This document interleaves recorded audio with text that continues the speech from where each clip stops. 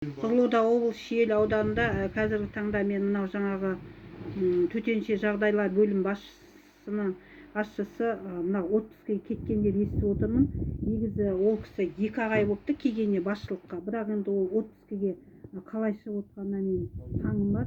Енді айтайын дегенім, мына 46 градустықта мынау жұмысқа шықпақ түгіл үйдің өзінде давлениесі көтеріліп, адамдар сыртқа шыға алмай отыр. Мынау акиматқа, кент әкіміне, сосын жаңағы мекемелерге мынау үндеу парақ тарату керек екен негізі заңында. Төтенше жағдайлар бастығы. Енді ол отпускіге кеткеннен кейін қай елде демалып жүр, қай облыста демалып жүр, біз білмейміз ғой. Сол себепті мына орындаушымен сөйлестім. Енді ол орындаушымен тұрармен сөйлесіп көрейін, жағдай мәнді білейін деп жауап беріп отыр. Енді бірақ мен бұны бұлай қалдырмаймын, себебі мына 46 градуста премьер-министрдің өзі ыстықта шығуға болмайды, өрт қаупі болуы мүмкін. Мынау сахары бар, давлениесі бар кісілер шығуға болмайды, әсіресе түскі мезгілде деп мынадай сақтану керек деп дәрігерлер де барлығы хабарлаған телевизордан. Алайда енді төтенше жағдай басшылары мынау үндеу парақ тарату керек еді, оны таратпаған. Сонда мынау жіпті мініп алып, сіздердің ойларыңызша бүкіл тәуір тамақты ішіп, киімді киіп, сонда мына жақта қаншама халық сахар давлениеден күннің астында өле беру керек па? Сіздердің ойларыңызша мына тұрар деген юрист айтып отыр, мысалы, акиматтың юристі. Ол кісілер үндеу парақ тарату керек. Сол кезде ғана біз хабарлаймыз деп. Енді айтайын дегенім, ертең азанда мына Қаратаевқа прокуратураға берем, Қаратаевтың назарына, өтініш арқылы.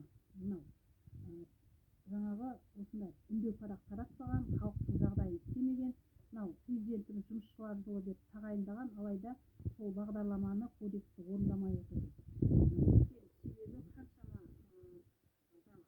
кісілер бала-шағалар үйіне аш отыр, мысалы, күтіп отырады, олар енді давлениемен құлап жатса, бұл кісілер бала-шағасын асырамайды, денсаулық бермейді, жан бермейді.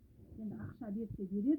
Мынау 1-2 күн, 3 күн циклон болғанда, боран болғанда, қатты аяз болғанда, сол кездері енді үндеу парақ неге таратпайсыздар? Мынау жаңағы Ернұр деген кісі, сізге айтатыным. Үнемі мынау көшеде тұратын кісілер боранға да қарамайды, күннің ыстығына да қарамайды, жаңағы қар жауынға да қарамайды. Сондай бір хабарлап, циклон болатын кездері хабарлап, неге үндеу парақ таратпайсыздар мекемелерге, акиматқа, жан-жаққа. Сонда сіздер өздеріңіз ішіп жеп, кондердің астында жатсаңыздар болды, қалғанның бәрі жаңағы сіздерге адам болып есептелмей ме әлде? Сіздерге әкім, депутат, Аманат партиясының депутаты, басшылар ғана есептеледі, адам болып көрініп. Қалған жаңағы мынау қоғамдықпен жұмыс істейтін кісілер, осал топтағы мүгедектердің бәрі сіздерге ебедейсіз болып көріне ме сонда көздеріңізге? Мен түсінбей отырмын. Сіздер де сол сіздердің терін киетін боласыздар.